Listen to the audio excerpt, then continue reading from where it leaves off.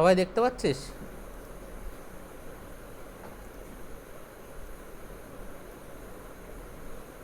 হ্যাঁ দাদা।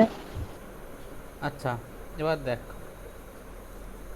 আমাদের রিজনিংয়ের যে টপিকগুলো আমার কঠিন মনে হয়, যারা নতুন আছিস তাদের জন্য বলছি। তার ভিতরে আমার করানো হয়ে গেছে সিলোজিজম, করানো হয়ে গেছে, তারপরে তোর ডাইস করানো হয়ে গেছে, আর হচ্ছে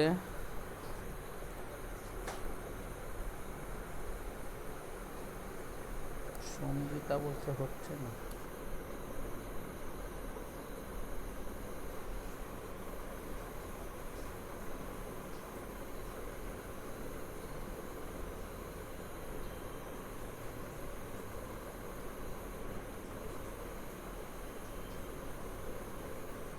এক মিনিট, আমাকে জয়েন করিয়ে নি।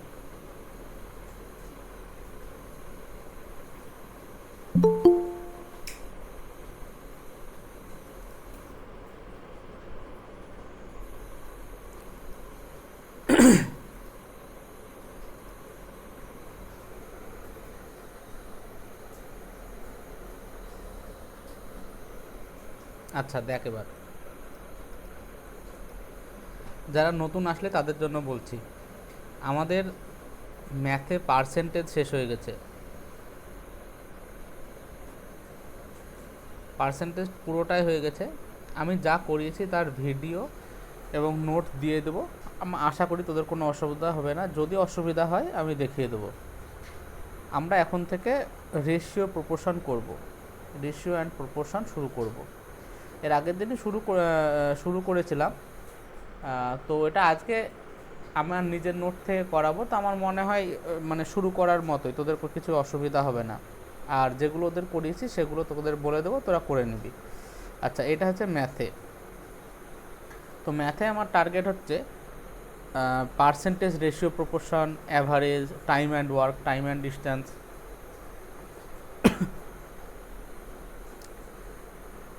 হ্যালো, হ্যাঁ, টাইম অ্যান্ড ডিস্ট্যান্স, তারপরে তোর সিম্পল ইন্টারেস্ট, কম্পাউন্ড ইন্টারেস্ট, এইরকম যতগুলো চ্যাপ্টার আছে, মিক্সার, লিগেশন। আগে অ্যারিথমেটিকটা ভালোভাবে শেষ করব এবং তার সাথে নাম্বার, তোর অ্যাডভান্স পোর্শনের নাম্বার সিরিজ আর অ্যালজাবরা, এটাকে শেষ করে দেবো। তো এই জায়গাটা করে নিলে আমাদের কি, ধর ম্যাক্সিমাম পরীক্ষায় যে মানে পরীক্ষায় যে ম্যাক্সিমাম কোশ্চেন আসে সেই জায়গাটা আমাদের কভার হয়ে যাবে। তারপরে আমরা আস্তে আস্তে অ্যাডভান্সটা করব, জিওমেট্রি, ট্রিগোনোমেট্রি, মেনসুরেশন, ওগুলো করাবো, ওগুলো পরে করাবো। আগে তোর অ্যারিথমেটিকের যেগুলো বললাম এগুলো করিয়ে নিই। তার ভিতরে আমাদের পার্সেন্টেজ হয়ে গেছে, রেশিও, প্রপোর্শন আর হয়তো একদিন লাগবে, আজকে আর আরেকদিন লাগবে। তো রেশিও, প্রপোর্শন হয়ে যাবে, এইভাবে এগোবো। আচ্ছা, আর রিজনিংয়ের জন্য, সবাই দেখিস, রিজনিংয়ের জন্য দেখ, রিজনিং আমি নিজে মনে করি এর জন্য আলাদা কোনো বইয়েরও দরকার নাই, কিচ্ছুর দরকার নাই। তোদের যদি এখনই রিজনিংয়ের 25খানা কোশ্চেন দিয়ে দিই এবং তোদের যদি সলিউশন দিই, তোরা সব বুঝে যাবি যে এই কোশ্চেনগুলো এইভাবে হলো। কারণ রিজনিং মানে কি, এটা হচ্ছে জেনারেল ইন্টেলিজেন্স, মানে তোর নিজের বুদ্ধিকে কাজে লাগিয়ে এর অ্যান্সার করতে হবে। দেখা যাচ্ছে এরকম থাকবে 1, 4, 9, এর পরেরটা কত হবে, মানে 1 স্কোয়ার, 2 স্কোয়ার, 3 স্কোয়ার, তারপরে 4 স্কোয়ার হবে, মানে 16 হবে। এই ধরনের কোশ্চেন আসবে। এগুলো আমরা যখন প্র্যাকটিস করব তখন তোরা বুঝতে পারবি। এবার এই পুরো রিজনিংয়ের সিলেবাসের ভিতরে মোটামুটি কিছু জিনিস থাকে যেগুলো আমাদের একটু কঠিন মনে হয়, যার জন্য আমাদের একটু আলাদাভাবে শিখতে হয়। প্রথম জিনিস আমার যেটা কঠিন লেগেছিল সেটা হচ্ছে সিলোজিজম, মানে ওই অনেকটা স্টেটমেন্ট কনক্লুশনের মতো। তারপরে ধর ডাইস, তারপরে ফিগার কাউন্টিং,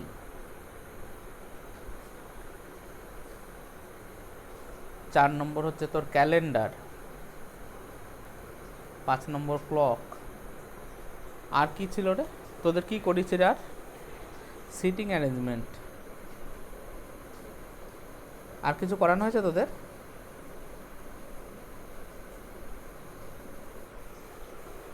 আর আমাকে সঙ্গীতা মনে হয় বলেছিলি যে ব্লাড রিলেশনটা করাতে, ব্লাড রিলেশন। তো আমাদের দেখ, সিলোজিজম করানো হয়ে গেছে, ডাইস হয়ে গেছে, ফিগার কাউন্টিং হয়ে গেছে, ক্যালেন্ডার হয়ে গেছে, সিটিং অ্যারেঞ্জমেন্টও হয়ে গেছে। আজকে আমি করাবো ক্লকটা, আর পরের দিন করাবো ব্লাড রিলেশন। তাহলে আমাদের রিজনিং সিলেবাসে যেগুলো আমাদের আটকানোর মতন টপিক, সব টপিক কভার হয়ে যাবে। তারপরে আমি তোদেরকে ধরে নে এক সপ্তাহে 3খানা সেট দেবো, 25খানা কোশ্চেনের সেট দেবো, তোরা প্র্যাকটিস করে আসবি। তারপরে আমি সেই কোশ্চেনগুলোকে করাবো, দেখবি তোরা নিজেরাই বুঝতে পারবি। এই রকম আমরা যদি 1 মাস প্র্যাকটিস করি না, তারপরে তোরা নিজেরাই বুঝতে পারবি যে রিজনিংয়ে আলাদাভাবে শেখার কিছু নেই, নিজেরাই সব পারবি। শুধু কিছু কিছু টপিক থাকবে যেইগুলোতে প্রবলেম হবে, সেগুলো আমি অলরেডি করিয়ে দিচ্ছি। আচ্ছা, এবার তোদের যেহেতু এইগুলো করানো হয়নি, এই প্রত্যেকটা টপিক আমি ওই আমার ইউটিউবে ভিডিও বানিয়ে রেখেছি। আমি একটা মেয়েকে পড়িয়েছিলাম, তার ভিডিও সব বানানো আছে। তো আমি ওই প্লেলিস্টটা শেয়ার করে দেবো। তোরা সবাই যারা পড়েছিস বা যারা নতুন আসলি, সবাই একে একে প্লেলিস্ট এবং আমি নোট দুটোই দিয়ে দেবো। একে একে একটা করে ভিডিও ধর, একটা করে ধর সিলোজিজম ধর, আজকে সিলোজিজম কর, কালকে ডাইস কর, এরকমভাবে। কারণ তোদেরও সামনে হয়তো পরীক্ষা আছে অনেকে, যে যেমন সময় বের করতে পারবি সেইভাবে করিস। এই কটা টপিক, এই 7-8টা টপিক যেন পুরোপুরি কমপ্লিট করা হয়। মানে দেখ, আর একটা জিনিস হচ্ছে, আমি যখন সিলেবাস এখন করাচ্ছি, আমার সিলেবাস সারতে সময় লাগবে। মানে একটু আসতে হলেও আমি তোদেরকে করাবো কি, মানে বেসিকটাকে খুব ভালোভাবে প্র্যাকটিস করে নেব, তার সাথে সাথে আমি বেসিক করে দিলাম। তারপরে তোদেরকে প্রিভিয়াস ইয়ারে কিছু কোশ্চেন করতে দেবো, তোরা প্রিভিয়াস ইয়ারে কোশ্চেন করবি, যেগুলো আটকাবে আমি সেগুলো বলবো, মানে করিয়ে দেবো। তো আমি যেমন তোর সিলেবাস এগোতে থাকবে, সেই রকমই প্রিভিয়াস ইয়ারের কোশ্চেনও তোদের প্র্যাকটিস করাতে থাকবো। তো ম্যাথে এইভাবে আমরা এগোবো। আর রিজনিংয়ের জন্য এই কটা টপিক তোরা কমপ্লিট করে নে। যারা নতুন আসলে আমি শুধু ক্লক আর ব্লাড রিলেশন করাবো আজকে আর পরের দিন, বাকিগুলো করানো হয়ে গেছে, ভিডিও আছে, ভিডিও দেখে নেবে। এইগুলো করে নিলে রিজনিংয়ের মানে 100% তো বলা যায় না, 100% অনেক সময় হয় না, 95 to 100% কোশ্চেন, মানে হয়তো যদি 50 নম্বরের রিজনিং আসে, 45 থেকে 50 নাম্বার তোরা হামেশাই পাবি, শুধু এই কটা টপিক যদি করে নিতে পারিস ভালোভাবে। আর যদি কোথাও অসুবিধা হয় আমাকে বলিস, আমি বুঝিয়ে দেবো। আচ্ছা চল, এবার শুরু করা যাক।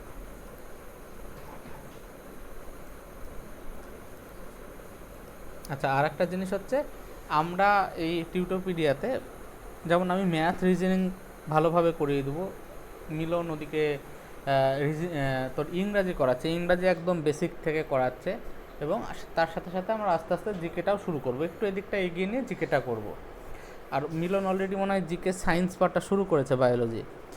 তো আমাদের টার্গেট হচ্ছে এই সাবজেক্টগুলো, দেখ যে কোনো প্রায় 90% কম্পিটিটিভ এক্সামের সিলেবাস এই হয়: ম্যাথ, জিআই, রিজনিং আর ইংলিশ। তো এই কটা টপিক যদি খুব ভালোভাবে শিখে নিতে পারিস, তো যে কোনো পরীক্ষা ক্র্যাক করা কোনো ব্যাপার না। আমি জিকে অতটা ভালোভাবে পড়িও নি, মানে যতটা না পড়লেই না। দাঁড়া, আমি শুনছি, 1 মিনিট থাম। হ্যালো, এবার দেখ, আমি ম্যাথ, রিজনিং আর ইংরাজি এইগুলোকে খুব ভালোভাবে ফোকাস করেছিলাম। জিকে করে, এই জিআই না, সরি, এটা জিকে, হ্যাঁ। তো আমি ম্যাথ, রিজনিং আর ইংরেজিতে খুব ভালোভাবে ফোকাস, হ্যালো, দেখ আমি ম্যাথ, রিজনিং আর ইংরেজি ভালোভাবে ফোকাস করেছিলাম।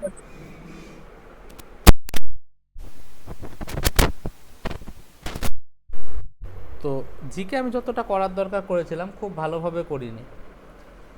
কিছু কিছু সাবজেক্ট ভালোভাবে করেছিলাম, কিছু কিছু সাবজেক্ট করিনি, এরকম টাইপের। তো এতেই প্রায় আমি 10-12টা চাকরি পেয়ে গেছিলাম। তো তোদের এইটা আমি বলতে চাচ্ছি যে এই সাবজেক্টগুলো আমরা যেটা পড়াচ্ছি, আমরা কোনো পরীক্ষাকে ওইরকমভাবে ফোকাস করে পড়াচ্ছি না। আমরা সিলেবাস শেষ করব, সামনে যত পরীক্ষা আসবে সব পরীক্ষার সিলেবাস আমরা কভার করে দেবো, এবং প্র্যাকটিসও তোদেরকে দিয়ে করিয়ে দেবো। তোরা কিভাবে পড়ছিস তোদের উপরে।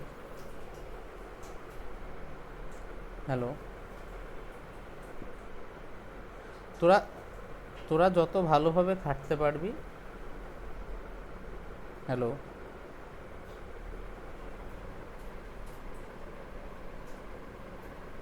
হ্যালো,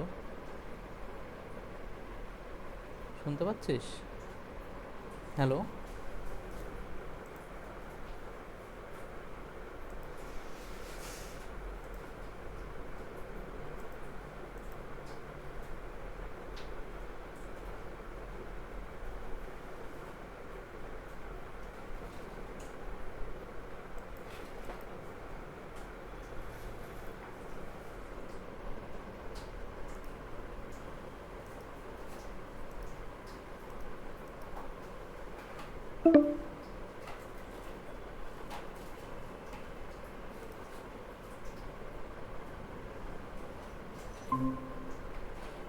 হ্যালো, শুনতে পাচ্ছিস?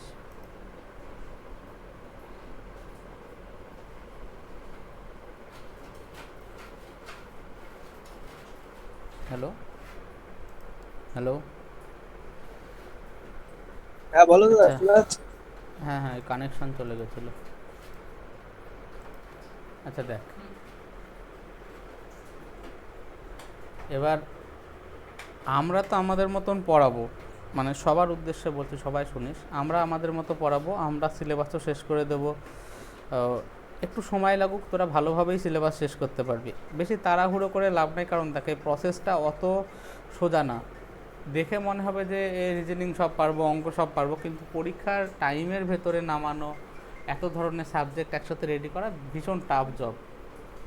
মানে 2-3 বছর, 4 বছর, 5 বছরে অনেকে চাকরি পায় না, আরও বেশি সময় লাগে। যত বড় চাকরিকে তুই ফোকাস করবি, বিসিএসের জন্য আরও বেশি সময় লাগে, অনেকের কম সময়ে হয়, সেটা আলাদা ব্যাপার। তো সম্পূর্ণটা ডিপেন্ড করছে তোরা কীভাবে খাটছিস। এবার তোরা যদি কেউ দেখা যায় ডব্লিউবিপি কনস্টেবলের জন্য পড়ছিস, তো সিলেবাস শেষ করাও লাগবে না, তার আগেই এ পরীক্ষা ক্লিয়ার করে দিবি। তো পরীক্ষা যতটা ধর সিজিএল দিবি কেউ, তো তার জন্য সময় লাগবে, কারণ সিলেবাস শেষ করার পর টাইম ধরে কোশ্চেন প্র্যাকটিস করা শিখতে হবে, মক দেওয়া শিখতে হবে, কীভাবে মক দেবো সব আমরা বলে দেবো, কীভাবে কী করবি না করবি। তো তোদের যে মেন টার্গেট হবে, আমরা যেগুলো পড়াচ্ছি সেইগুলোকে খুব ভালোভাবে শেখা এবং করা, আর নিজেকে একটা রুটিনের ভিতর বাঁধতে হবে যে মানে এতটা টাইম আমি কম্পিটিটিভ এক্সামে দেবো। তোদের ভিতরে অনেকেই আছে যারা যারা তোর গ্র্যাজুয়েশনের সাথে সাথে পড়ছে, তো তারা যদি অতটা টাইম না দিতে পারিস, তোরা মেন টার্গেট কর যে সিলেবাসটাকে খুব ভালোভাবে শেষ করব। তোরা লক্ষ্য রাখ সিলেবাসটাকে ভালোভাবে শেষ করব। আর যাদের গ্র্যাজুয়েশন হয়ে গেছে তারা, আমি একটু করিয়ে নিই এদিকটা, সিলেবাস এগিয়ে নিই, তারপরে এদিকে করানোর সাথে সাথে তোদেরকে প্র্যাকটিসের জন্য আমি দেব। তো তোদের সাথে তোদের একসাথে প্র্যাকটিসটাও চলতে থাকবে। তো নে চল শুরু করি। ক্লক থেকে আমাদের রিজনিংয়ে দুটো একটা কোশ্চেন থাকে, প্রত্যেকটা শিফটেই দেখা যায় থাকে, আবার কোনো কোনো শিফটে থাকেও না, কোনো কোনো পরীক্ষায় থাকেও না, কিন্তু আমাদের টপিকটাকে কভার করে যেতে হবে। টপিকটা খুব সোজা জিনিস। আর আরেকটা জিনিস হচ্ছে, যে যত পড়াশোনা করে এসেছিস, করে আসিসনি, এইসব ভুলে যা। আমি ভেবে নিচ্ছি তোরা কিছু জানিস না, ফ্রেশভাবে তোরা শুরু করছিস, এবং তোদের যেখানে যা জিজ্ঞাসা হবে আমাকে জিজ্ঞাসা করবে, আমি বলবো। এবার দেখ, ক্লক মানে বুঝতে পারছিস একটা ঘড়ি। ক্লকে ম্যাক্সিমাম কোশ্চেন আসে যে এই ঘন্টার কাঁটা এবং মিনিটের কাঁটার ভিতরে কত ডিগ্রি কোণ হবে। কোণ মানে বুঝতে পারছিস, এই যে ধর ঘন্টার কাঁটাটা এইরকম আছে, মিনিটের কাঁটাটা এইরকম আছে, এইটা মিনিটের কাঁটা, এটা ঘন্টার কাঁটা, এই কোণটা কত। তোকে ধর বললো ধর 12টা 30 বাজছে, তাহলে এই যদি আমার ঘড়ি হয়, ঘন্টার কাঁটাটা কোথায় থাকবে? এটা 12টার 1টা ঠিক মাঝখানে, আর মিনিটের কাঁটাটা থাকবে একদম নিচের দিকে। তাহলে এদের ভিতরে কতটুকু কোণ হচ্ছে? এই ধরনের কোশ্চেন ম্যাক্সিমাম আসে। এবার ক্লক করার তোর আছে, ফর্মুলা আছে। আমরা ফর্মুলা পরে শিখব, আগে বেসিকটা শিখে নিই। আমি প্রত্যেকটা জিনিস যেগুলো ফর্মুলা বলবো ফর্মুলা তো শিখবি, ফর্মুলার আগে বেসিকটাকে ভালো করে শিখতে হবে, কারণ বেসিকটা মনে রাখা সব থেকে ইম্পর্টেন্ট। ফর্মুলা ভুলে যেতে পারিস, বেসিক কোনো দিন ভুলবি না।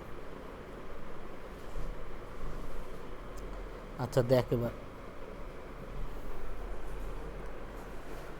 আমরা যদি একটা ঘড়িকে দেখি, ধর এই ঘড়িটাই দেখছি, এই ঘড়িটায় এটা যদি কেন্দ্র হয়, এর আশেপাশে কত ডিগ্রি কোণ আছে বলতো?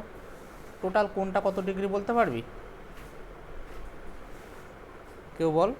360 360 ডিগ্রি। হ্যাঁ, 360 ডিগ্রি।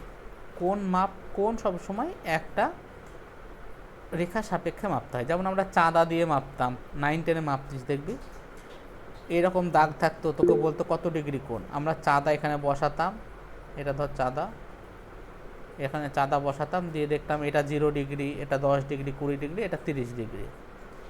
এইরকমই একদম সোজাসুজি হলে এটা হয় 90 ডিগ্রি, এটা একদম বিপরীতে হলে এটা হয় 180 ডিগ্রি, নিচের দিকে হলে হয় 270 ডিগ্রি, আর আবার যদি এই রেখার সাথে মিলে যায় তাহলে হয় 360 ডিগ্রি। তার মানে একবার টোটালটা ঘুরে আসা মানে 360 ডিগ্রি। তো আমরা এখানে তাই করছি, একটা বিন্দুর সাপেক্ষে ঘুরে যাচ্ছি সম্পূর্ণটা, তাই এই টোটাল কোণের মাপ হচ্ছে 360 ডিগ্রি। মানে এই মিনিটের কাঁটাটা এইখান থেকে যেতে যেতে শুরু করে যেতে আবার এই জায়গায় চলে আসে, তাহলে টোটাল কত ডিগ্রি কভার করলো? 360 ডিগ্রি কভার করলো। বোঝা গেল? সবাই বুঝেছিস?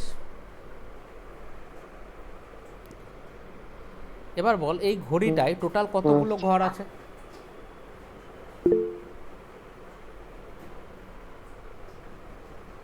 12টা। তাহলে এই এক একটা এই যে গ্যাপ, এর ভ্যালু কত? দেখ, 360 ডিগ্রি বাই 12 মানে 30 ডিগ্রি। এই এক একটা গ্যাপের ভ্যালু 30 ডিগ্রি। কেউ না বুঝতে পারলে বল।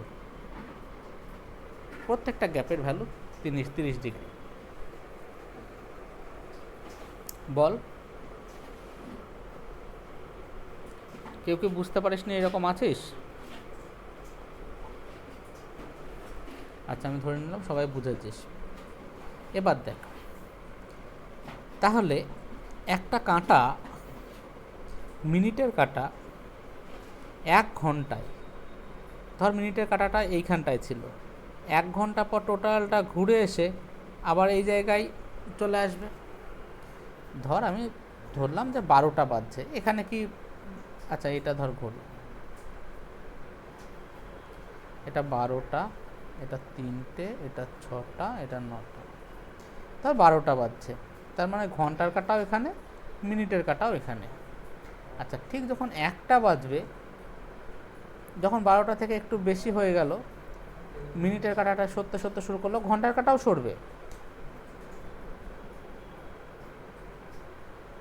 ঘন্টার কাঁটাটা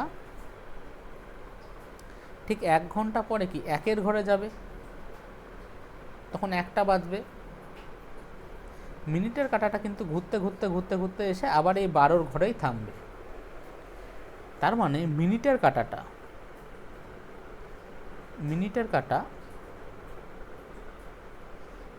1 ঘন্টায় বা 60 মিনিটে কতটুকু ডিগ্রি অতিক্রম করলো? 360 ডিগ্রি অতিক্রম করলো। তাহলে যদি বলি 1 মিনিটে কতটুকু কোণ অতিক্রম করলো? 360 ডিগ্রি বাই 60 সমান 6 ডিগ্রি। তার মানে মিনিটের কাঁটা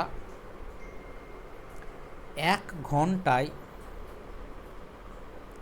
কতটুকু কোণ তৈরি করে? 360 ডিগ্রি, এবং 1 মিনিটে 6 ডিগ্রি। এটা সবাই বুঝেছিস?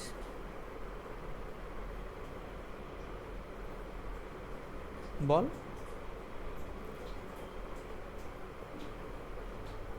একইভাবে ঘন্টার কাঁটা দেখ, 12টার সময় 12-র ঘরে ছিল, 1টার সময় 1-এর ঘরে চলে আসলো, তার মানে এইখান থেকে এতটা চলে আসলো।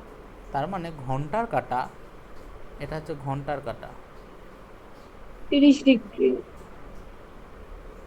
হ্যাঁ, ঘন্টার কাঁটা 1 ঘন্টায় বা 60 মিনিটে 30 ডিগ্রি কোণ অতিক্রান্ত করে। তাহলে 1 মিনিটে কতটুকু করে? 30 ডিগ্রি বাই 60 মানে হাফ ডিগ্রি।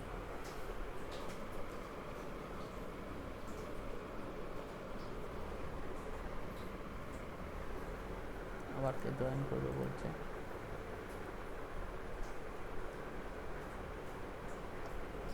এক মিনিট থাম।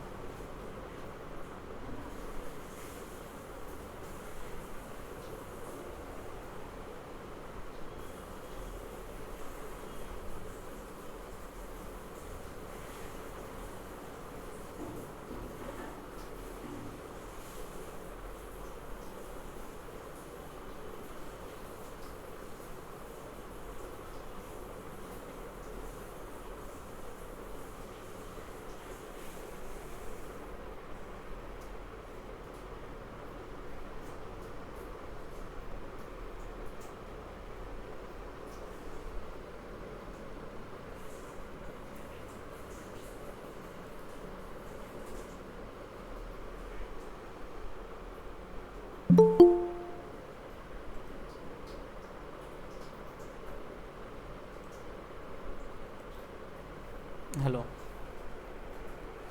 তার মানে আমরা দুটো জিনিস দেখলাম, যে ঘন্টার কাঁটা এই মিনিটের কাঁটা, 1 ঘন্টায়, দেখ 1 ঘন্টায় মিনিটের কাঁটা টোটালটা ঘুরে যায়, মানে 360 ডিগ্রি কভার করে। তাহলে 1 ঘন্টায় বা 60 মিনিটে যদি 360 ডিগ্রি কভার করে, তাহলে 1 মিনিটে কত করবে? 360 বাই 60 মানে 6 ডিগ্রি। একইভাবে ঘন্টার কাঁটা 1 ঘন্টায় জাস্ট এক ঘর থেকে আর এক ঘরে শিফট করে, যার ভ্যালু আমরা কত জানি? 30 ডিগ্রি। তার মানে ঘন্টার কাঁটা 1 ঘন্টায় বা 60 মিনিটে 30 ডিগ্রি অতিক্রান্ত করে। তাহলে 1 মিনিটে করে 30 ডিগ্রি বাই 60 মানে হাফ ডিগ্রি। এটা বুঝতে কার অসুবিধা আছে বল?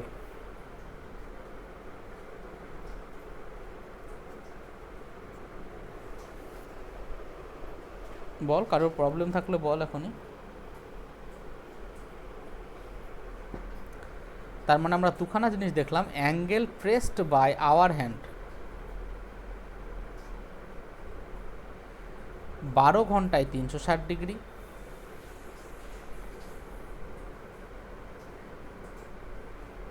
হ্যালো, 12 ঘন্টায় 360 ডিগ্রি, বা 1 ঘন্টায় 360 বাই 12 মানে 30 ডিগ্রি, আর 1 মিনিটে 30 বাই 60 মানে হাফ ডিগ্রি, যেটা আমরা এখনই করলাম। তারপরে angle traced by minute hand, মানে মিনিটের কাঁটা কতটুকু করে? 60 মিনিট বা 1 ঘন্টায়, 1 ঘন্টা বা 60 মিনিটে কতটুকু ঘরে? 360 ডিগ্রি। তাহলে 1 মিনিট হচ্ছে 360 বাই 60 মানে 6 ডিগ্রি। বোঝা গেল? এবার আর একটা জিনিস এখানে শিখে নে, ইন 60 মিনিট মানে 60 মিনিটে the minute hand gains, minute hand কী করে? গেন করে, মানে কি অর্জন করে বা বেশি যায় 50 মিনিটের দূরত্ব ওভার আওয়ার হ্যান্ড, মানে ঘন্টার কাঁটার থেকে মিনিটের কাঁটা 55 মিনিটের যে দূরত্ব সেটা বেশি অতিক্রম করে। কারণ দেখ, এই 12টা বাজলো, 12টার সময় ঘন্টার কাঁটা মিনিটের কাঁটা এখানে আছে, 12টা থেকে যখন 1টা বাজবে ঘন্টার কাঁটাটা এইখানটায় গেল, আর মিনিটের কাঁটাটা দেখ টোটালটা ঘুরে গেল। তার মানে ঘন্টার কাঁটা একটাই ঘর গেল, আর মিনিটের কাঁটা টোটাল 12টা ঘর কভার করলো।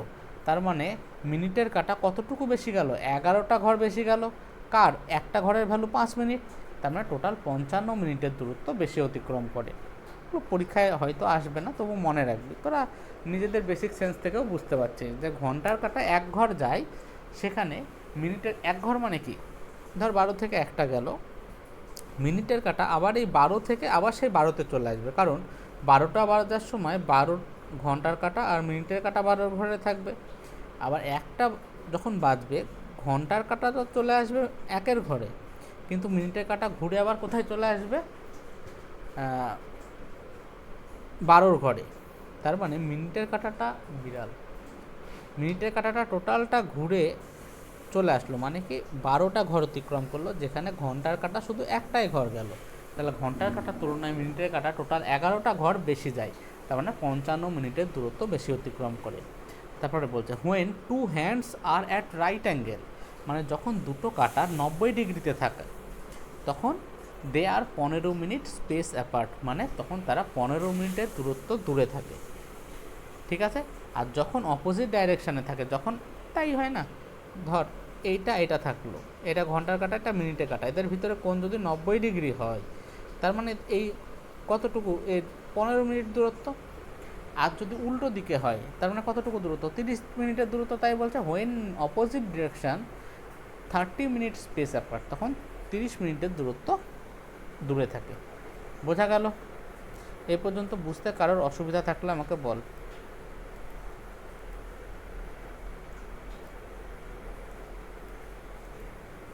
ঠিক আছে,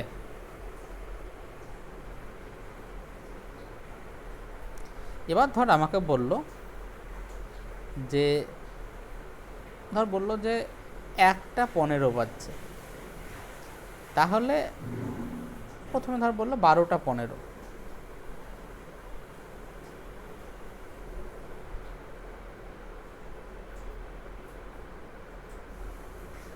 হ্যালো,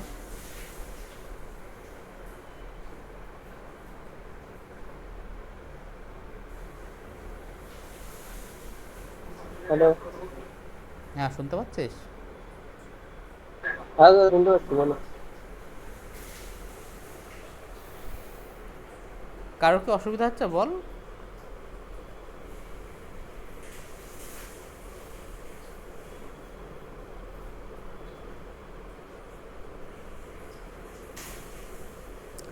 অঞ্জন বুঝতে পারছিস? দাদা কথা যাচ্ছে তোমার খুবই।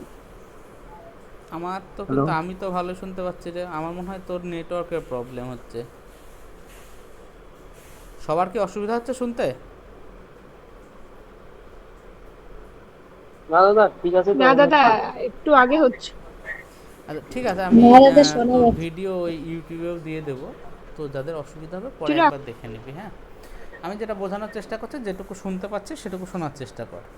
ধর বললো যে 12:15 বাজছে, পরীক্ষায় যেমন ধরনের কোশ্চেন আসে, তোকে বলবে যে 12:15 ঘন্টার কাঁটা এবং মিনিটের কাঁটার ভিতরে অ্যাঙ্গেল কত। আমি ফর্মুলা দিয়ে পরে করাচ্ছি, আগে দেখ। 12:15 যখন 12টা বাজছিল, ঘন্টার কাঁটাও এখানে ছিল, মিনিটের কাঁটাও এখানে ছিল। ঘন্টার কাঁটা আর মিনিটের কাঁটা 12টার সময় একই জায়গায় ছিল। এবার যখন 12:15 বাজলো,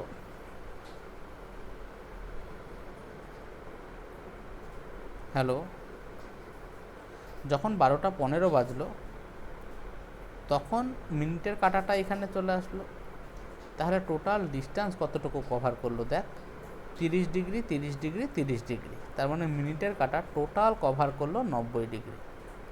তাহলে আমি বলতে পারি ঘন্টার কাঁটা আর মিনিটের কাঁটার ভিতর যে অ্যাঙ্গেল সেটা 90 ডিগ্রি, কিন্তু তা না। কারণ যখন 12টা ছিল তখন দুজন একই সাথে 12 ঘরে ছিল, কিন্তু যখন 12টা থেকে 12:15 হয়েছে, এইটাই ধর 3-এর ঘর, তখন নিশ্চয়ই ঘন্টার কাঁটাটা 12টার সময় যেমন 12 ঘরে ছিল, তাহলে 12:15 সময় তো নিশ্চয়ই একটু এরকমভাবে ঘুরবে, তাই না? বুঝতে পারছিস তোরা? 12:15 হ্যাঁ, সময় বুঝতে পেরেছি। ঘন্টার কাঁটাটা তো একটু ঘুরবে। আমরা ধর এইটার রেসপেক্টে বের করছি, যে 12টার রেসপেক্টে বের করছি।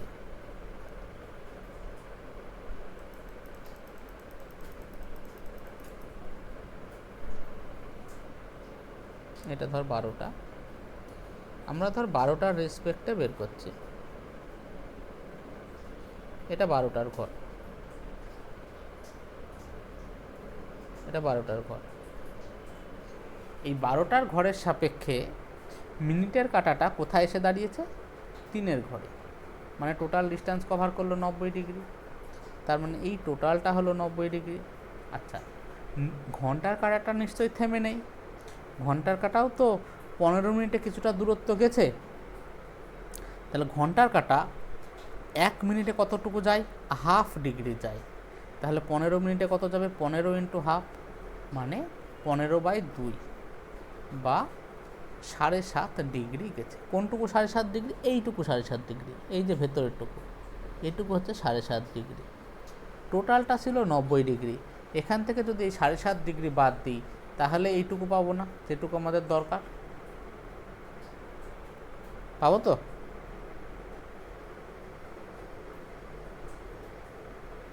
বল, কেউ না বুঝতে পারলে বল।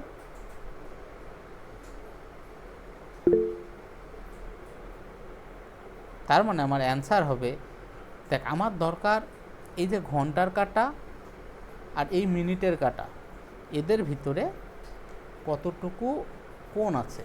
তার মানে আমার কোনটুকু দরকার? এই কোণটুকু দরকার, এই কোণটুকু। আমরা জানি টোটালটা 90 ডিগ্রি, কারণ মিনিটের কাঁটা 12টার সময় 12র ঘরে ছিল, সেখান থেকে 12টা 15 মানে এই 3-এর ঘরে এসেছে, মানে টোটাল 15 মিনিটে, 1 মিনিটে মিনিটে কাটা যায় কত? 6 ডিগ্রি। তাহলে 15 মিনিটে গেছে 90 ডিগ্রি, এইটুকু আমরা জানি। আর ঘন্টার কাটাটা 1 মিনিটে যায় হাফ ডিগ্রি, তাহলে 15 মিনিটে গেছে 15 ইন্টু হাফ মানে 7.5 ডিগ্রি। তার মানে এইটুকু 7.5 ডিগ্রি। তাহলে এই গোটা 90 থেকে যদি এই 7.5কে বাদ দিয়ে দিই তাহলে এইটুকু পাবো। এই ঘন্টার কাটার মিনিটের কাটার ভিতর অ্যাঙ্গেল মানে এইটুকু পাবো। তাহলে অ্যান্সার হবে 90 মাইনাস 7.5, তার মানে 83 থেকে আরও 0.5 মানে 82.5 ডিগ্রি।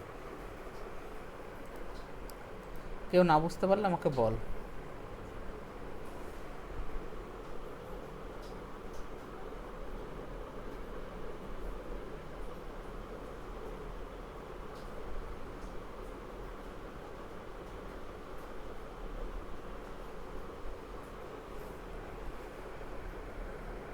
বুঝতে পেরেছিস সবাই?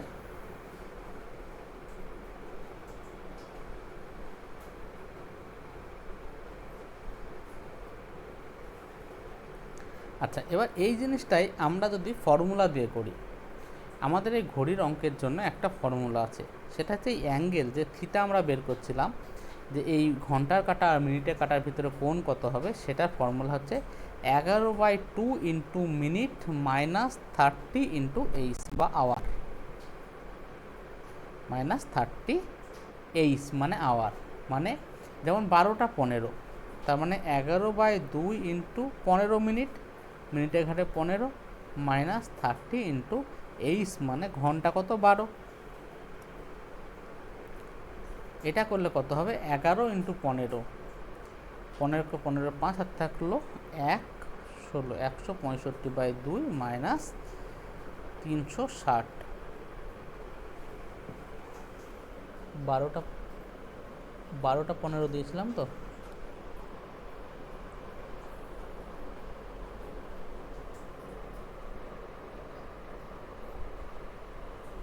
আচ্ছা সরি, একটা জিনিস এখানে ভুল করছিলাম।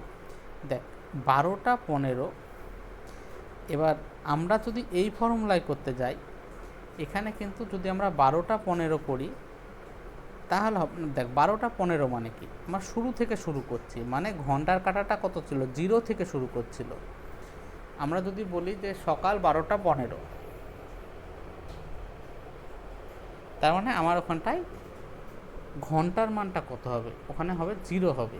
সকাল 12টা 15 মানে কি, ধর রাত্রি, যে ধর আমার জাস্ট আজকে নতুন দিন পড়লো রাত্রি 12টার পর, তখন আমার অ্যান্সার হবে, তখন ঘন্টাটা কত হবে? 0 হবে। তাহলে এটা 0 হবে, টোটালটা 0 হয়ে যাবে। তাহলে 165/2 মানে হচ্ছে 82.5 ডিগ্রি।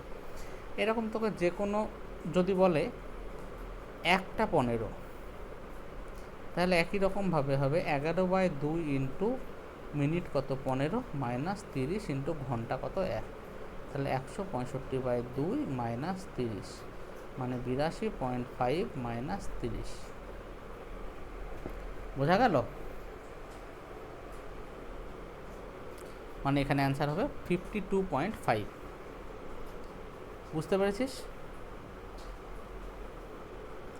তো তোদেরকে ফর্মুলাটা তো অবশ্যই মনে রাখতে হবে, কিন্তু আমি যে বেসিকে করানোর চেষ্টা করলাম ওইটাকে একটু মনে রাখিস। আমি বেসিকটা আর একবার করাচ্ছি, অন্য একটা উদাহরণ দিচ্ছি। এই সবাই বুঝতে পারছিস তো?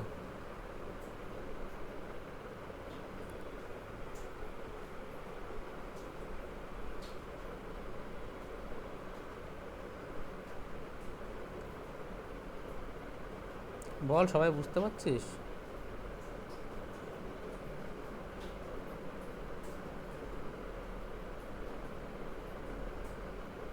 একটু কথা কাটছে দাদা হালকা, আবার নেটওয়ার্ক প্রবলেম হচ্ছে হয়তো।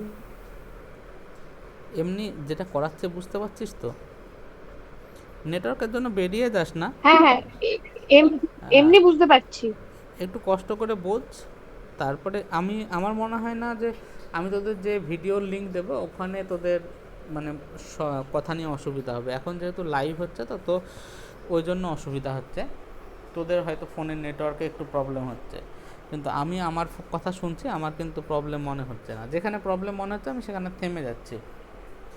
আচ্ছা, এবার ধর আমাকে বললো 4:40, এখানে ঘন্টার কাঁটা আর মিনিটের কাঁটার ভিতরে অ্যাঙ্গেল কত? প্রথমে বেসিক দিয়ে করব, পরে ফর্মুলা দিয়ে।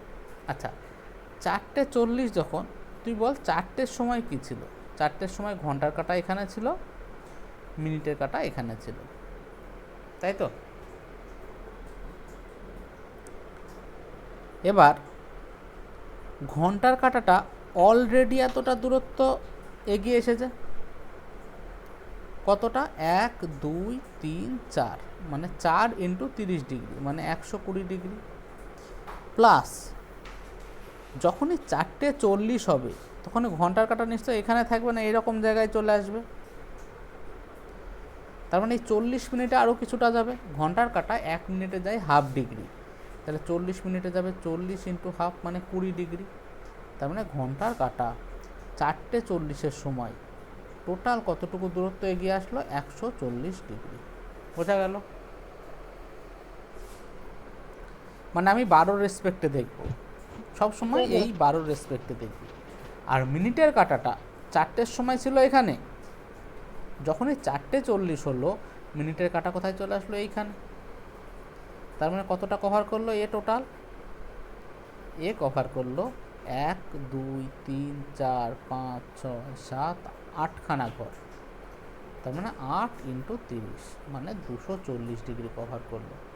তাহলে এই টোটালটা 240 ডিগ্রি, আর ঘন্টার কাঁটা পর্যন্ত হচ্ছে 140 ডিগ্রি। তাহলে এর ভেতরে কতটুকু কোণ? 100 ডিগ্রি। এই কোণটা কত? এই কোণটা হচ্ছে আমার, দেখ, এই টোটালটা 240 ডিগ্রি, আর এইটুকু হচ্ছে 140 ডিগ্রি। তাহলে এর মাঝখানের এইটুকু কত? 100 ডিগ্রি। তাহলে ঘন্টার কাঁটা এবং মিনিটের কাঁটার ভিতরে কোণ কত? 100 ডিগ্রি। এটাকে যদি আমরা ফর্মুলায় ফেলতাম, থিটা = 30 তোর 11/2 × m, মানে 11/2 × m কত? 40 মিনিট, মাইনাস 30 × h, মানে কত? 4। এটা করলে দেখাবে 20 দিয়ে করলে 220 মাইনাস 120, মানে কত? 100 ডিগ্রি। সবার হয়েছে?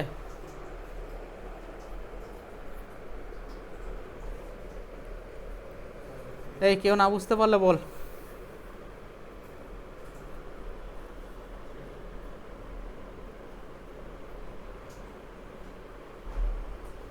বল একবার, সবাই বল, সবাই একটু মোবাইলটা মিউট খুলে বল। হ্যাঁ দাদা, বুঝতে পেরেছি। পাবলিকগুলো আবার সব পালাচ্ছে ক্লাস থেকে। দাদা ফর্মুলা ধরে তো সহজে হয়ে যাচ্ছে। হ্যাঁ, ফর্মুলা ধরে সহজে হবে, ঠিক আছে। এবার দেখ, আমি বেসিকটা শেখাচ্ছি কারণ এই ফর্মুলাটাও ওই বেসিক থেকে এসেছে, ঠিক আছে। মানে হয় না অনেক সময়, ধর ফর্মুলাটা তোর, হ্যালো,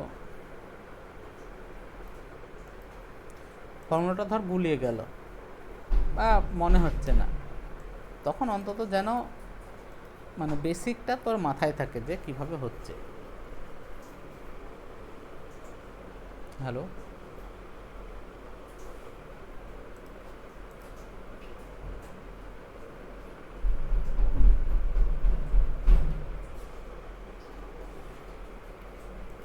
সবুজ চলে গেছে।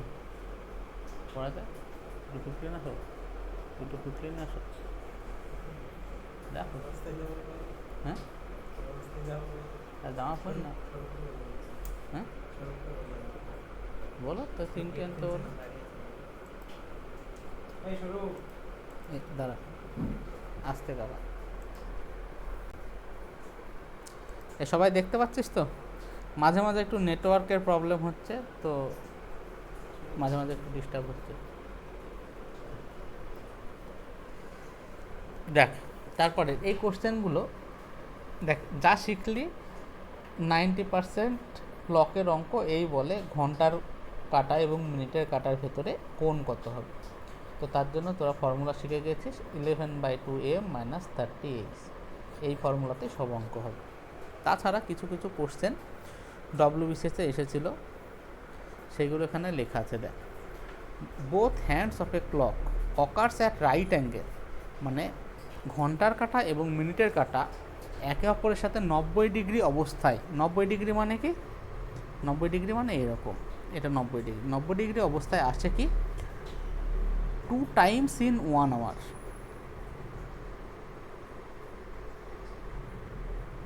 মানে 1 ঘন্টায় দুইবার এমন সিচুয়েশান আসে যখন ঘন্টার কাঁটা এবং মিনিটের কাঁটা একে অপরের সাথে 90 ডিগ্রি কোণ করে।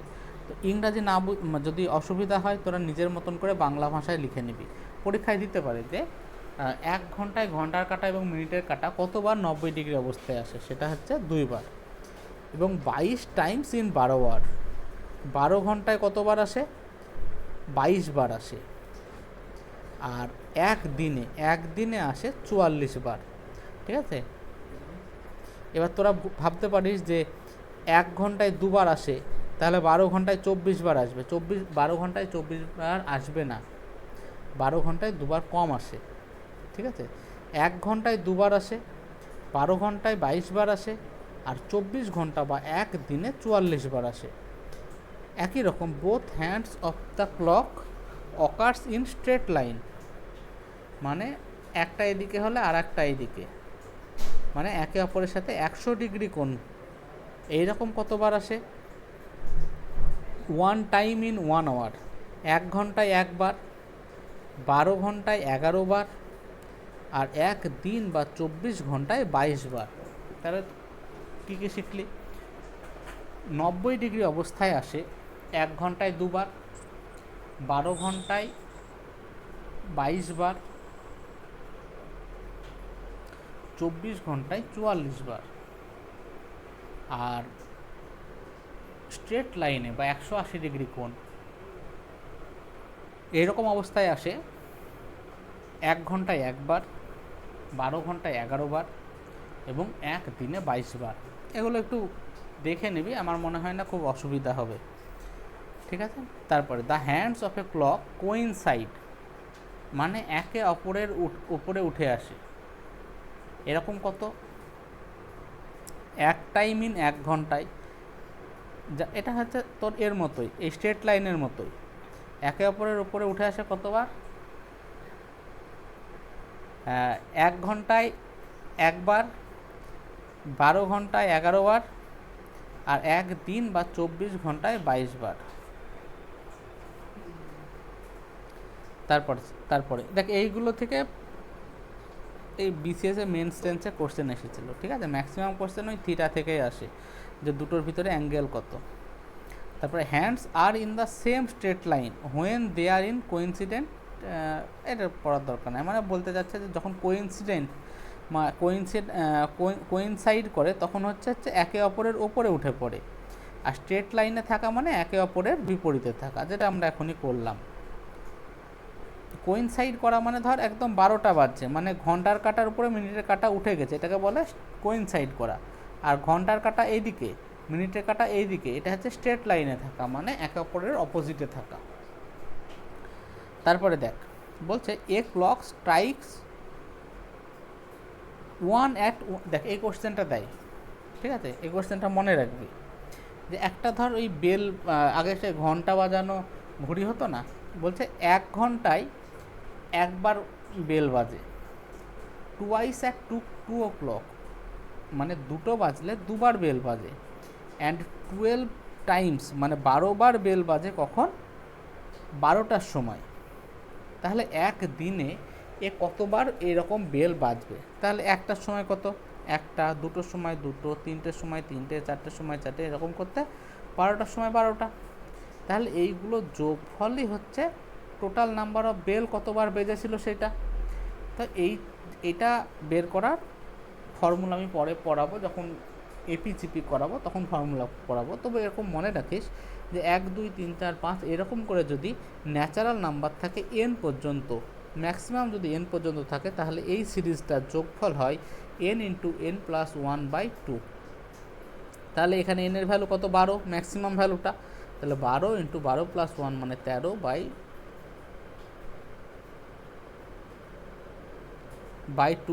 ঠিক আছে, এবার দেখ এইটা হচ্ছে 12টা পর্যন্ত। এবার 12টার পর ধর আমি ধর রাত্রি থেকে শুরু করলাম, 1টা বাজলো 1 হলো, 2টো বাজলো 2, এরকম করতে দুপুর 12টা বাজলো, 12খানা বেল বাজলো। তাহলে এই 1 থেকে 12 যোগফল তুই এমনিও যোগ করতে পারিস, বা এই অ্যারিথমেটিক প্রোগ্রেশন দিয়ে যোগ করতে পারিস, অ্যারিথমেটিক প্রোগ্রেশন বা সমান্তর প্রগতি দিয়ে যোগ করতে পারিস। এর ফর্মুলা হয় যখন 1 2 3 4 এরকম করতে করতে সংখ্যাগুলো যোগফল করতে বলে, আমি এগুলো করাবো পরে, তখন টোটাল যোগফল হয় n ইন্টু n প্লাস 1/2। তাহলে টোটাল হলো কত, 12 ইন্টু 13/2। এবার বল, এটা তো দুপুর 12টা পর্যন্ত, দিন কি শেষ হয়ে গেছে? দুপুর 12টার পর তো আবার 1 বাজবে, আবার 2 বাজবে, এরকম করতে করতে রাত্রি 12টা পর্যন্ত চলবে, মানে এই জিনিসটা আবার একবার চলবে। তার মানে টোটাল এক দিনে বাজবে এতবার, মানে হচ্ছে 3 12 36 76 3 15 156 বার টোটাল বেল বাজবে। ঠিক আছে, তারপর এটাও একটা কোশ্চেন ছিল, অ্যান অ্যালার্ম ক্লক, মানে যেখানে যে ঘড়িতে অ্যালার্ম থাকে, তাহলে এই ঘড়িতে কতগুলো হ্যান্ড থাকে বা কাঁটা থাকে, এটা তোরা নিজেরাও জানিস, এটা ঘন্টার, মিনিটের, সেকেন্ডের, আর একটা অ্যালার্মের জন্য কাঁটা থাকে। ঠিক আছে, এটা ডব্লিউবিসিএসে দিয়েছিল, খুব মানে সহজ জিনিস, কিন্তু মনে না রাখলে অনেকে হয়তো 3খানা করে দিয়ে চলে আসবে। সবাই ভাববে যে অ্যালার্ম ক্লক তো কী হয়েছে, ওটাও তো ঘড়ি, তো ওরও ঘন্টার কাঁটা, মিনিটের কাঁটা, আর হচ্ছে তোর সেকেন্ডের কাঁটা আছে। ঠিক আছে, আচ্ছা বল এত দূর পর্যন্ত কারোর কোথাও যদি বুঝতে অসুবিধা থাকে আমাকে বল এবার।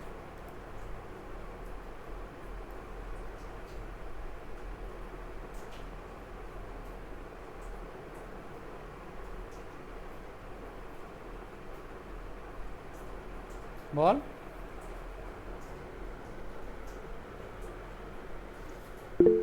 নাই দাদা। আচ্ছা এবার দেখ, এখানে কিছু কোশ্চেন আমরা তোর রেখেছিলাম প্রিভিয়াস ইয়ারের কোশ্চেন প্র্যাকটিস করানোর জন্য। তো কোশ্চেনগুলো তুই একটু দেখতে পারিস। যেমন প্রথম কোশ্চেন, ইউপিপিএসসি আরও মানে উত্তরপ্রদেশ পাবলিক সার্ভিস কমিশনের রেভিনিউ অফিসারের একটা পরীক্ষা হয়, সেখানে এসেছিল। বলছে how many Times in a day, একদিনে কতবার ঘন্টার কাঁটা, হ্যান্ডস অফ এ ক্লক মানে ঘন্টার কাঁটা এবং মিনিটের কাঁটা, pointing opposite to each other মানে এই রকম থাকে, কতবার থাকে বলতো একদিনে?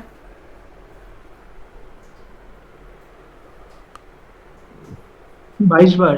22 বার হয়ে গেল। তো এইরকমই এই কোশ্চেনগুলোকে একটু করার চেষ্টা করিস, আশা করি অসুবিধা হবে না। অসুবিধা হলে আমাকে ক্লাসে বলিস, আমি করিয়ে দেবো। ঠিক আছে, আমি আর এই কোশ্চেনগুলো করাচ্ছি না, এবার আমি অঙ্ক শুরু করছি। ঠিক আছে, আর পরের দিন হচ্ছে তোর ওই ব্লাড রিলেশন করে দেবো। আজকে আমরা তাহলে অঙ্ক করি।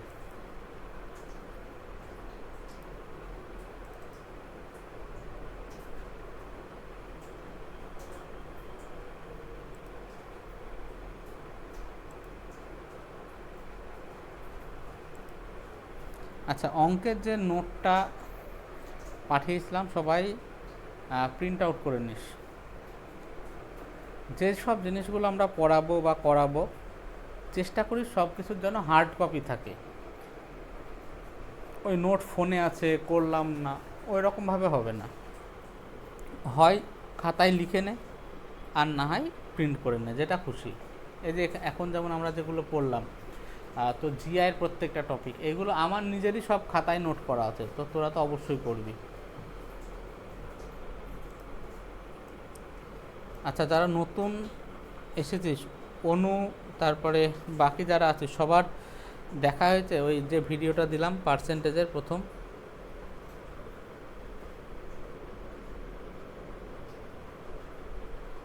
না দাদা, আমার দেখা হয় দেখে আসতে বললাম রে। আর বিট্টু হয়েছে?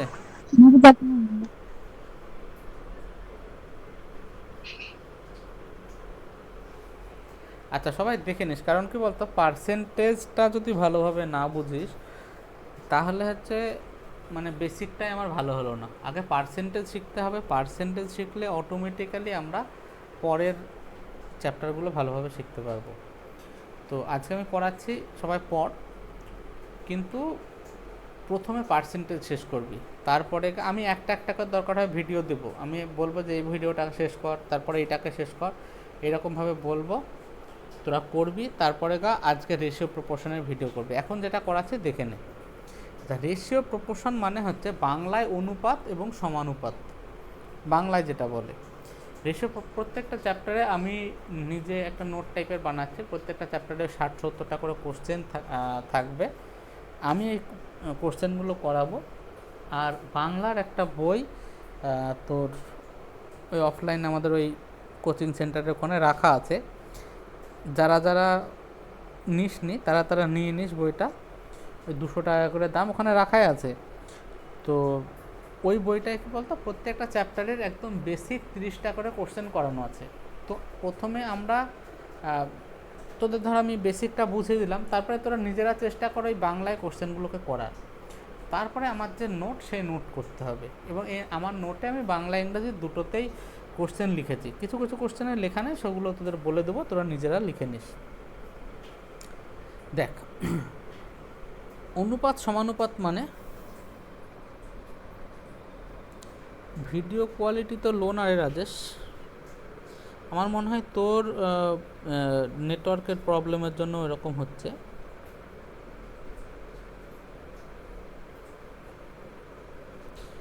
তো এখন দেখে নে, তারপরে আমি ভিডিও দিয়ে দেবো, ভিডিও দেখে নিস, ঠিক আছে?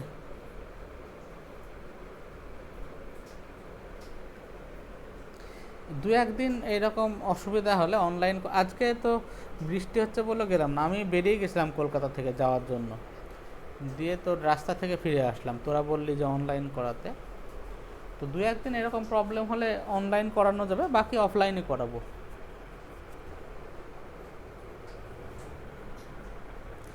দেখ, রেশিও মানে অনুপাত, তাহলে যে কোনো রেশিও ইজ এক্সপ্রেসড অ্যাজ, মানে যে কোনো রেশিও আমরা কীভাবে প্রকাশ করি, x/y, এটা মানে কি x:y।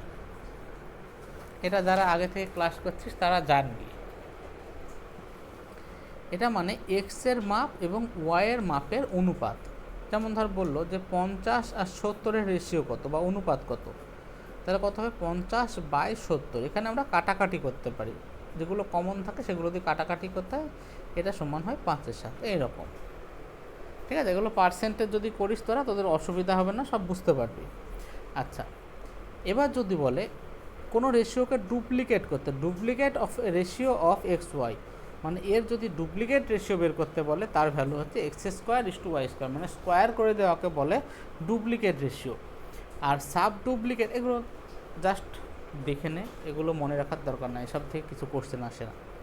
যদি সাব ডুপ্লিকেট রেশিও বলে কি, দেখ, ডুপ্লিকেটে যদি স্কোয়ার করা হয়, সাব ডুপ্লিকেট মানে হচ্ছে স্কোয়ার রুট করা বা রুট করা, একে বলে সাব ডুপ্লিকেট করা কোনো রেশিওর।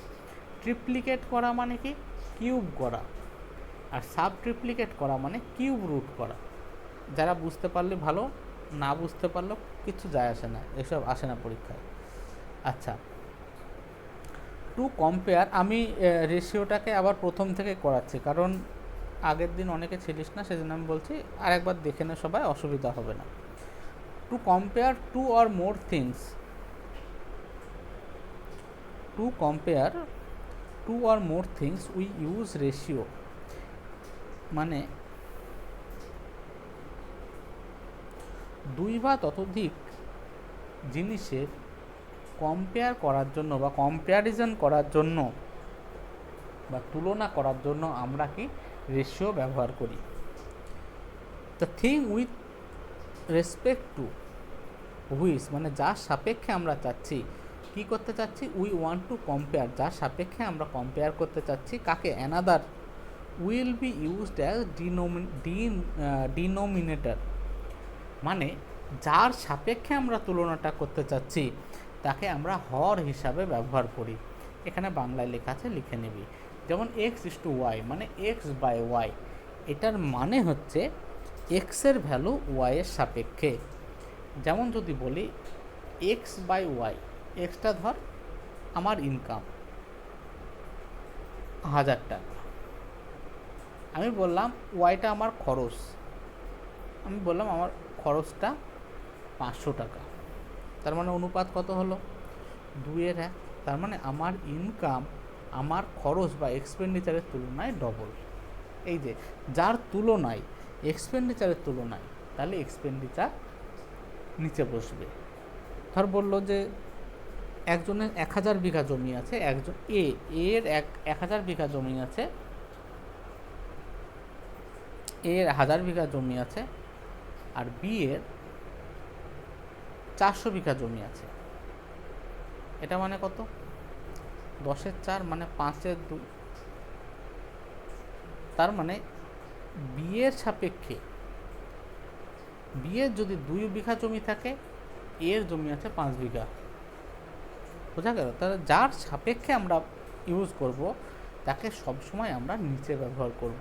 এবার যদি বলতিস কত গুণ আছে বলো, তাহলে কত গুণ, দেখ 5-2 ছিল, তো যদি কত গুণ বের করতে হয় তাহলে নিচটাকে 1 করে দে, তাহলে যেটা ভাগাকারে 2 ছিল আমি ওপরে তুলে দিলাম। তার মানে বি যদি 1 হয়, এ কত 5-2 বা 2.5, তার মানে বি এর সাপেক্ষে এর কত গুণ আছে, 2.5 গুণ আছে। অথবা তুই এইভাবে ভাবতে পারিস যে বি এর যদি 2 অংশ জমি থাকে, এর 5 অংশ জমি আছে, এরকম টাইপের জিনিস। আচ্ছা, এবার ধর বললো যে দুটো অনুপাত এ বাই বি আর সি বাই ডি সমান, এইরকম যদি কোথাও পাই, এখানে আমরা যোগ ভাগ প্রক্রিয়া ব্যবহার করতে পারি। কি কম্পোনেন্ডো ডিভিডেন্ডো নাকি বলে ইংরাজিতে। এটা কি বলে যে তুই বাঁ দিকে যে অপারেশন করবি, ডান দিকেও তুই সেম অপারেশন করবি। বাঁ দিকে যদি এটা কি লব আর এটা হর, বাঁ দিকে যদি করিস লব প্লাস হর বাই লব মাইনাস হর, মানে A plus B by A minus B. দেখ এইটা প্লাস এইটা বাই এইটা মাইনাস এইটা, তাহলে ডান দিকে হবে এইটা প্লাস এইটা, ডান দিকেও হবে C plus D by C minus D. দেখ সিকোয়েন্সটা ভাব, বাঁ দিকে ছিল ওপর প্লাস নিচ বাই ওপর মাইনাস নিচ, ডান দিকে ওপর প্লাস নিচ বাই ওপর মাইনাস নিচ। এইটা হচ্ছে আমার কম্পোনেন্ট ও ডিভিডেন্ড বলে যোগ ভাগ প্রক্রিয়া। বোঝা গেল? কেউ না বুঝতে পারলে বল। এবার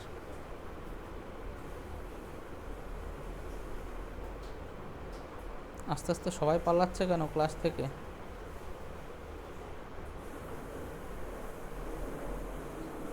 কারোর অসুবিধা হলে বল। দাদা স্ক্রিনে কিছু দেখা যাচ্ছে না।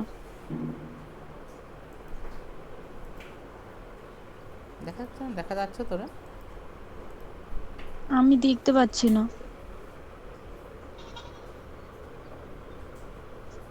বাকিরা দেখতে পাচ্ছিস? লাইনগুলো ব্লার হয়ে যাচ্ছে দাদা। লাইনগুলো ভাই দেখা যাচ্ছে তো স্যার। কিন্তু মানে আমিও নিজেও দেখছি, তো আমার কিন্তু দেখা যাচ্ছে। আমার মনে হয় নেটওয়ার্কের প্রবলেমের জন্য হচ্ছে। হ্যাঁ ঠিক আছে, তোরা এখন যতটা পারিস কর। দাদা বলছি ক্লাসটা কি রেকর্ড থাকবে? হ্যাঁ হ্যাঁ, ক্লাস রেকর্ড করছি আমি, ক্লাসের ভিডিও দিয়ে দিচ্ছি। হ্যাঁ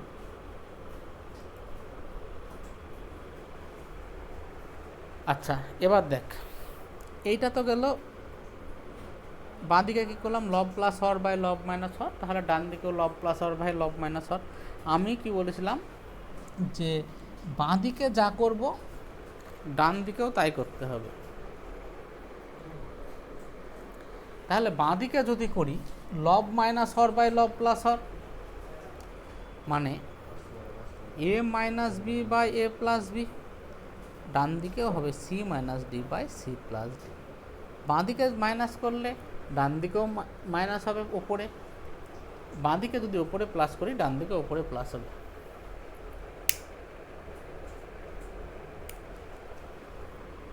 বোঝা গেল?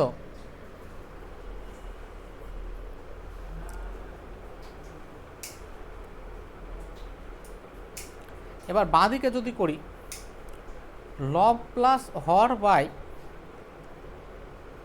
ধর হর, লব প্লাস হর বাই হর, তাহলে এটা সমান সমান, এটা কখন হয়? এই জিনিসটা সম্পূর্ণটা হয় যদি A plus B by C plus A plus B সমান সি প্লাস ডি হয়, তবেই হয়। তবে এটাও হয়, এইটাও হয়। আবার যদি করি বাঁ দিকে লব প্লাস হর বাই হর, তাহলে ডান দিকে হবে লব প্লাস হর বাই হর, মানে বাঁ দিকে যা করব ডান দিকে তাই হবে, এটা সেম জিনিস। এরপরে হচ্ছে ইনভার্স রেশিও।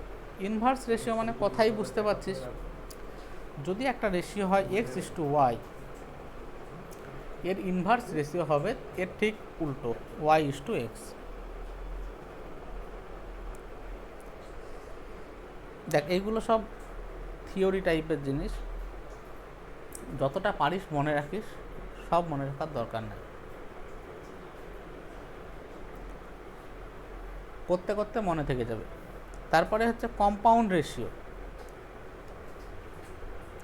কম্পাউন্ড রেশিও মানে তিনখানা ধর রেশিও দিল, A is to B, X is to Y, A is to B, M is to N, তাহলে এদের কম্পাউন্ড রেশিও হচ্ছে লবগুলোর গুণ করে দে X A M is to Y B N, হরগুলোর গুণ করে দে, এটা হচ্ছে কম্পাউন্ড রেশিও বলে। ঠিক আছে, এবার আমরা আসছি প্রপোর্শনে। তোরা হয়তো 8-9-এ পড়বি সমানুপাত, ব্যস্তানুপাত, এইসব।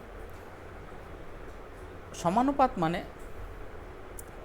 এ বি সি ডি সমানুপাতে আছে, মানে এ ইস টু বি সমানুপাতিক চারখানা এরকমই হয়, সি ইস টু ডি মানে এ বাই বি এর যে রেশিও হবে সি বাই ডি এরও সেই রেশিও হবে, এইটাকে বলা হয় সমানুপাতিক। এ বি সি ডি এই চারটে জিনিস যদি সমানুপাতে থাকে তাহলে এ ইস টু বি সমান সমান হয় সি ইস টু ডি, মানে হচ্ছে এ বাই বি সমান সি বাই ডি। বোঝা গেল? এবার এখানে অনেক সময় থাকে, ধর তোকে বললো এ আর বিতে থার্ড প্রপোর্শন এক্স, তাহলে তো এখানে চারখানা নাই, আমি এরকমভাবে কিভাবে লিখব? যখন এইরকম বলবে সবসময় মনে রাখবি মাঝেরটাকে ডবল করে দেব, কি এ বি বি এক্স, মানে এ বাই বি সমান বি বাই এক্স। এটাকে এক্স যদি হয় থার্ড প্রপোর্শন। 3 নম্বর, দেখ এ বি এর এ ইস টু বি আছে, তার সাথে যদি বলে 3 নম্বর প্রপোর্শন, থার্ড প্রপোর্শন, তাহলে কি হবে A is to B is to X. তাহলে এইরকম যদি হয় মাঝেরটাকে ডবল করতে হয়, এ বাই বি সমান বি বাই এক্স। যদি বলে fourth proportion X, A B C এর ফোর্থ প্রপোর্শন এক্স, তাহলে বুঝতে পারছিস এ বাই বি সমান সি বাই এক্স। বোঝা গেল? যদি বলে এ আর বি এর মধ্যানুপাত এক্স, তার মাঝখানে এক্সকে বসিয়ে দে, কি বলেছিলাম 3খানা থাকলে মাঝটাকে ডবল করতে হয়, তাহলে এ is to x সমানুপাত x is to B, তার মানে এ বাই এক্স সমান এক্স বাই বি। এগুলো বুঝতে পারলি সবাই?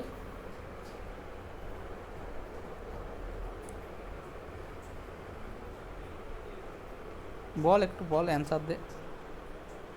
হ্যাঁ দাদা, বুঝতে পেরেছি।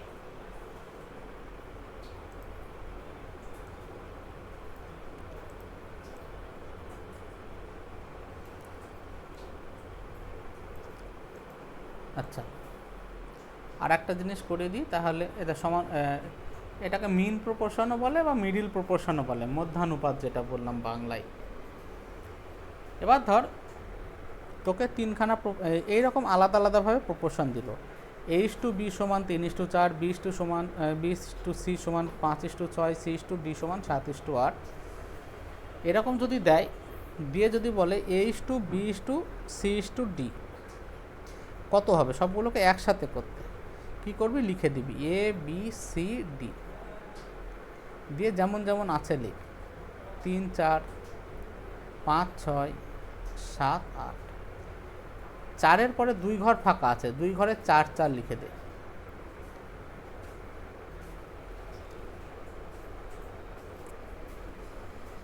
হ্যালো। তারপরে 6-এর পরে 1 ঘর ফাঁকা আছে, যার পাশাপাশি,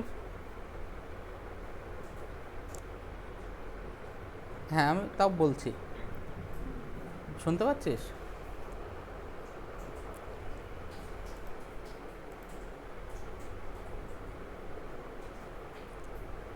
হ্যালো।